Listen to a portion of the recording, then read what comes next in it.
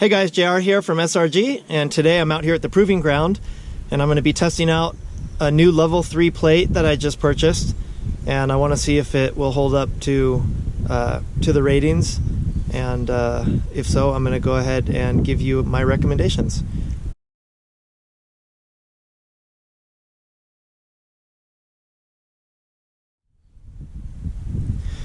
Alright, so the plate that I'm going to be reviewing today is a level 3 NIJ rated level 3 plate that I purchased over at Covered 6. And this plate is made of polyethylene, and they're 3.4 pounds per plate. That's pretty light for me. I'm coming from steel armor, which really weighs you down, takes its toll on you after a while. So each plate is less than half the weight. You can see they feature a shooter's cut, and they're also curved, so they conform to the shape of your body and make them more comfortable to wear. These plates are known for being really rugged and reliable and somewhat maintenance free. The only thing that I would say about these plates, especially when it comes to polyethylene, is that you don't want to submit them to temperatures lower than -15 degrees or higher than 150 degrees for any prolonged period of time. That could cause some damage to the plates. So just like anything, if you take care of it, it's going to take care of you in the long run. That's the only thing that I've learned about polyethylene, and it's probably with any plate. You don't want to, expose them to any extreme high or low. These things are also pretty impervious to liquids and weather. And Covered 6 has this nice coating on the outside, which will help with some of that, blocking some of the weather. Now, if we were going to compare these to steel and ceramic, let's compare it to steel first. So I'm coming from an AR500 steel plate. Let me grab that real quick. Okay, so that's this one, and this one has a level 3+ rating. You can see it's about a 1/4 inch thick, and it also has the curve. While I think the Covered 6 plate actually has a little bit more of a curve to it, so it's a little bit more comfortable. This one's curved, but it's a little bit more flat. I like the other one better. The curve on there is a little bit more natural to me. With steel, 2 problems that I have, actually 3. One, it's really heavy. So carrying 2 of these plates around for any extended amount of time, in addition to all the other stuff you have to carry, definitely will take its toll.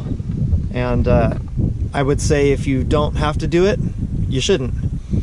Second part with steel is if you have to cross water, if you somehow get submerged in water, these things are going to drag you down to the bottom faster than you can blink your eyes. So the other ones are neutral buoyant. So the Covered 6, the level 3 ones, are neutral buoyant because of the polyethylene. So they're not going to really affect you in the water one way or another. And the water's really not going to hurt the polyethylene. Whereas these, on the steel plates, if you have any of this coating come off, you're going to get some rust. So you'll have to maintain that as well. The last thing that I don't like about steel, and the reason why I switched up, is because even though this has the anti-spalling coating, there's nothing like getting fragged by rounds that are hitting this thing. So I really don't want to get fragmented when the rounds hit this steel. The polyethylene will actually just catch it, whereas this will just break it apart and shoot the fragments off to the sides. So that's kind of the comparison with the steel. I don't own any ceramics, but the one thing that I've heard, and the reason why I don't own any, is because I know that they're prone to getting stress fractures if they get abused, or if you drop them, or if you drop something on them. And for me, I like things that are more rugged and durable. So I don't want to, and ceramics are really, really, really expensive. So to me, that's not a good trade-off for me. I don't want to have to worry about the micro fractures, and you can't really see them. The only way that you can fix that is to take them and have them x-rayed, and then they can tell you if they're stress fractures. So I didn't really want to deal with all that. When I learned about these plates, I figured I'd give them a shot, and so far I'm impressed. Today for the test, what I'm going to be doing is I'm going to be doing the level 3 test, which is basically 308 Winchester. It's going to be M193, which is your ball M16 ammo, and 7.62 by 39, which is your typical AK ammo. Alright guys, so I'm going to get ready for my testing now, and I'm going to show you my setup. So basically what I have is I have the plate here. It's separated into 4 sectors, and I'm going to be shooting 1 round of each into the sector, and we'll check it out. And then I'm probably going to do like maybe 3 or 4 rounds in each one to see if there's any failure. All right, I have a sandbag back here backed up against the dirt wall, and I have a little piece of wood here that that will just keep the plate from sliding. Okay, we're going to be shooting our AR and our bolt action 308, and I'm going to be doing it from this barrel right here. So in essence, the distance that we're going to be away is going to be roughly 5 or 6 feet maybe. Okay, so it's going to be more or less point blank range. All right, so all the rounds should be at their max velocity by the time they exit the barrel and then strike the plate. All right, let's get started. I'm going to go load up, and let's see what happens.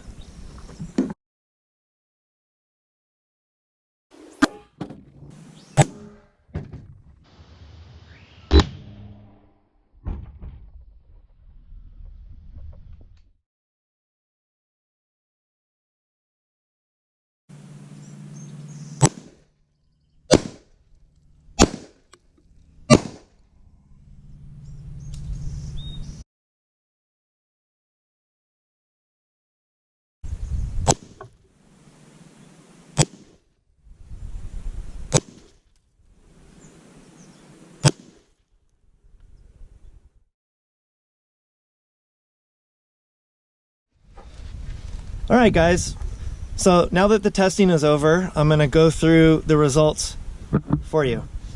And so here's how I started out. Our 7.62 by 39, there was some good bulging in the back, but it stopped it. M193, a little bulge, stopped it.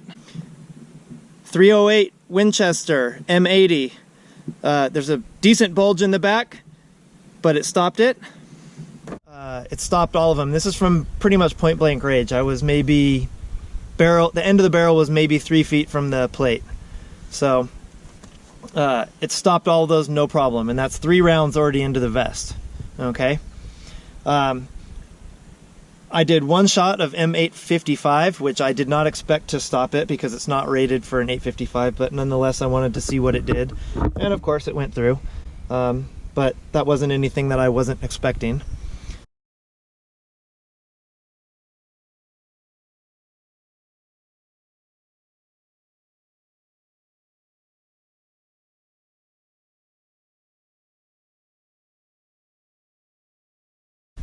After that, I went and took the plate to a different area, and now I fired 3 more rounds of M193 into it from about 15 yards, and it stopped all of them. And after that, I fired 4 more 7.62 by 39s into it, and it stopped all of those. Granted, there was plenty of bulging, but none of them actually went through. So you can see that there's a tremendous amount of bulging here. But what I want you to remember is that that's after 10 to 11 rounds have been put into this thing. So it was already compromised, you know, with multiple rounds before this. So I already had 3 shots in before I did the multiple strikes. So it stopped all of that. The only one it didn't stop, which I didn't expect it to, was the M855. I just wanted to see what it would do. And I actually fired a second one, which would be right up here at the top. And that was from 15 yards, and it actually, you can see the difference. So it started there. You can see where the bulging is. It's actually up higher. And so that M855 struck, it definitely slowed it down quite a bit, and then it looked like it exited out the top somewhere. But that's not the focus of this test. This was to test the level 3 rating that it had with 308 Win, the M193, and the 7.62 by 39. And with multiple strikes of 7.62 by 39 M193, it stopped everything. So I'm definitely super happy with the performance of this. If you're standing around to have 11 rounds hit you, there's a problem. Usually by 1 or 2 you should be moving, returning fire, or potentially falling down onto the ground. So I'm definitely happy with the results. I think that this plate definitely stands up to the rating, and for the price, you're not going to be able to go wrong, to be quite honest. So hopefully this all helps, and look forward to the next review. All right, guys, catch you later. JR from SRG, and I'll talk to you soon.